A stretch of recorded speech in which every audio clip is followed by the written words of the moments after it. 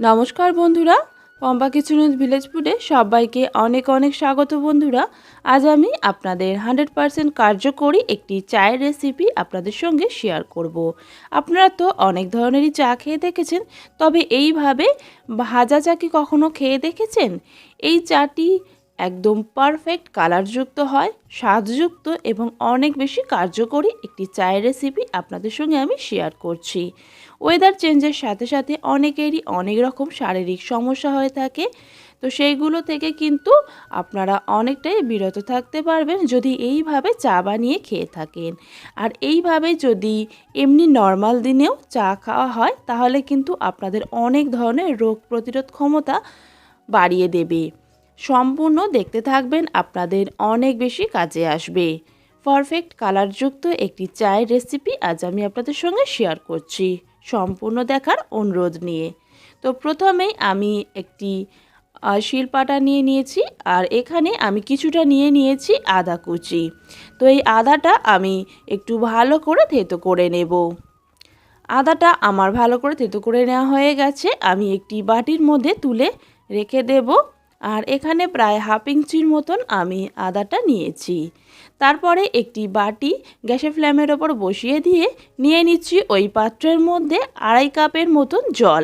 তো আমি এখানে 2 কাপ চা বানাবো, তার জন্য নিয়ে নেব 2.5 কাপ পরিমাণ জল। আর জলটা হালকা গরম হয়ে গেলে দিয়ে দেব 3 টেবিল চামচের মতন গুঁড়ো দুধ। আমি এখানে গুঁড়ো দুধটা জলের মধ্যে মিশিয়ে চাটা তৈরি করছি, আর আপনারা চাইলে এখানে লিকুইড দুধ দিয়েও কিন্তু চাটা তৈরি করতে পারেন। তো দুধটা মিশিয়ে নেওয়ার পর আমি এই দুধের মধ্যে 2-3 বার বলক তুলে নেব। আমি আপনাদের চা তৈরির পারফেক্ট প্রত্যেকটা টিপস আপনাদের সঙ্গে শেয়ার করব। এইভাবে আপনারা বানিয়ে দেখতে পারেন বন্ধুরা, খেতে কিন্তু অসাধারণ হয়। তো দুধটাকে আমি 2 থেকে 3 বার একবার করে গ্যাসের ফ্লেমটা হাইতে দেব, ফুটে আসলে আবার কমিয়ে দেব। এইভাবে 2-3 বার ফুটিয়ে নিয়ে ঢাকা দিয়ে এইভাবেই গরম অবস্থাতে রেখে দেব। তারপর আবারও একটা মশলা তৈরি করে নেব। এখানে একটি নিয়েছি দারুচিনি, আর 2টো এলাচ, আর কয়েকটা গোলমরিচ। এই 3টেই আমি ভালো করে শিলপাটায় একটু থেতো করে নেব। আর এইভাবে মশলা চা বানিয়ে দেখবেন বন্ধুরা, আপনাদের কিন্তু অনেকটাই উপকার হবে। আর ওয়েদার চেঞ্জের সাথে সাথে কিন্তু অনেকে সর্দি, কাশি, হাঁচি এই ধরনের সমস্যা হয়ে থাকে, তো তার থেকে কিন্তু আপনারা অনেকটাই উপকারী পাবেন। এইভাবে চা বানিয়ে খেয়ে দেখতে পারেন। মশলাগুলো আমি এইভাবে হালকা করে থেতো করে নেব, খুব বেশি গুঁড়ো করার প্রয়োজন নেই। তো মশলাটা আমার থেতো করে নেওয়া হয়ে গিয়েছে, এটাও আমি একটি পাত্রের মধ্যে তুলে রেখে দেব। আর তাছাড়াও আপনারা এইভাবে মশলা চা বানিয়ে খেয়ে দেখতে পারেন বন্ধুরা, ভীষণই ভালো স্বাদ হয়। আর তারপর নিয়েছি আমি 4-5টা তুলসী পাতা। আর কম বেশি অনেকেই জানে কিন্তু যে তুলসী পাতা কতটা উপকারী হয় আমাদের শরীরের জন্য। এছাড়াও আগেকার ঠাকুমারা কিন্তু এই তুলসী পাতা যখন ছোটদের সর্দি কাশি হয় সেই সময় বেটে মধু দিয়ে খাওয়াতেন। তো এখন সময়ের অভাবে সেগুলো হয়ে ওঠে না। চাইলে আপনারা এইভাবে চায়ের সঙ্গে দিয়ে খেয়ে দেখতে পারেন, অনেক অনেক উপকার পাবেন। তো চলুন, মশলা তো রেডি হয়ে গেল, এবারে তৈরি করে নেব চাটা। তো তার জন্য একটি কড়াইয়ের মধ্যে নিয়ে নিচ্ছি আমি 4 চামচের মতন চা। আর আমি যে চামচটা ব্যবহার করেছি এটা কিন্তু বেশ ছোট চামচ। আপনারা যদি টেবিল চামচ হিসেবে বলে থাকেন তাহলে কিন্তু 2 টেবিল চামচ আমি এখানে চা নিয়েছি 2 কাপ চায়ের জন্য। আর একটু ভালো উন্নত মানের চায়ের ব্যবহার করবেন, তাতে কিন্তু খেতেও ভীষণ ভালো হয় চাটা।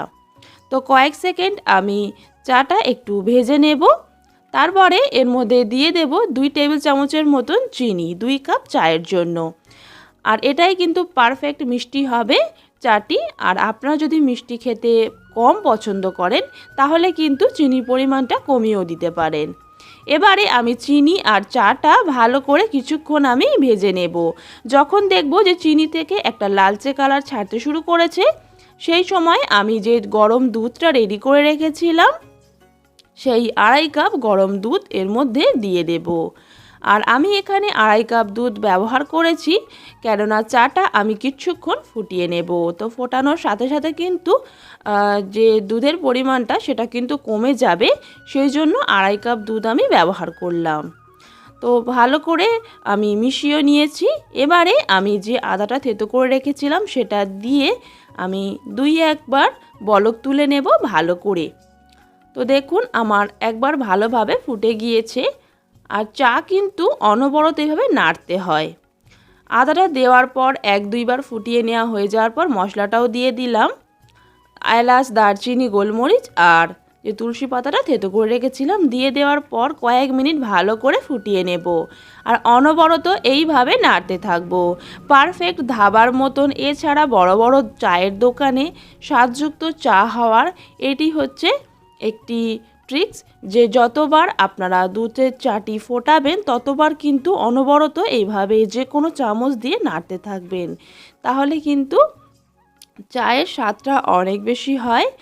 আর ঠিক যেইভাবে আমি চাটা বানাতে আপনাদের বললাম, এইভাবে আপনারা মশলা চাও বানিয়ে খেয়ে দেখতে পারেন, ভীষণই ভালো হয়। আর যারা চা প্রায় দিনই খেয়ে থাকেন তো এইভাবে মাঝে মধ্যেও খেয়ে দেখতে পারেন, আপনাদেরও কিন্তু অনেকটাই উপকার হবে। আর যারা একদমই চা খান না তারা এই চাটা যখন দেখছেন যে হঠাৎ করে ওয়েদার চেঞ্জ হচ্ছে সেই সময়ও কিন্তু বানিয়ে খেয়ে দেখতে পারেন। তো দেখুন কত সুন্দর চায়ের কালারটাও এসেছে আর স্বাদটা কিন্তু অসাধারণ হয়, একবার বাড়িতে বানিয়ে দেখলেই আপনারা বুঝতে পারবেন। সন্ধেবেলা এই ধরনের যদি 1 কাপ গরম চা থাকে শীতকালে, তাহলে তো আর কথাই নেই, শীতকালের সন্ধেটা কিন্তু একেবারে জমে উঠবে। পারফেক্ট কালারযুক্ত উপকারী আমার এই চাটি একেবারে রেডি হয়ে গেছে। তো বন্ধুরা, আমার এই রেসিপিটি আপনাদের কতটা কাজে এসেছে বাড়িতে বানালে অবশ্যই কিন্তু কমেন্ট করে জানাবেন।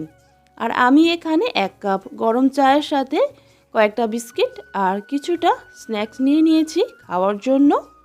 আর বন্ধুরা, আপনাদের একটি কমেন্ট কিন্তু আমাকে অনেক বেশি উৎসাহিত করে আপনাদের নিত্য নতুন রেসিপি শেয়ার করার জন্য।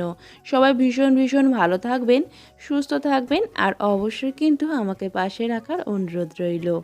আবারও নিয়ে আসবো নিত্য নতুন স্বাদের আপনাদের জন্য অনেক বেশি কাজে আসার রেসিপি নিয়ে। সবাই অনেক সুস্থ থাকুন, ভালো থাকুন। আবারও দেখা হবে অন্য ভিডিওর সাথে। সম্পূর্ণ যারা দেখেছেন তাদেরকে অসংখ্য ধন্যবাদ।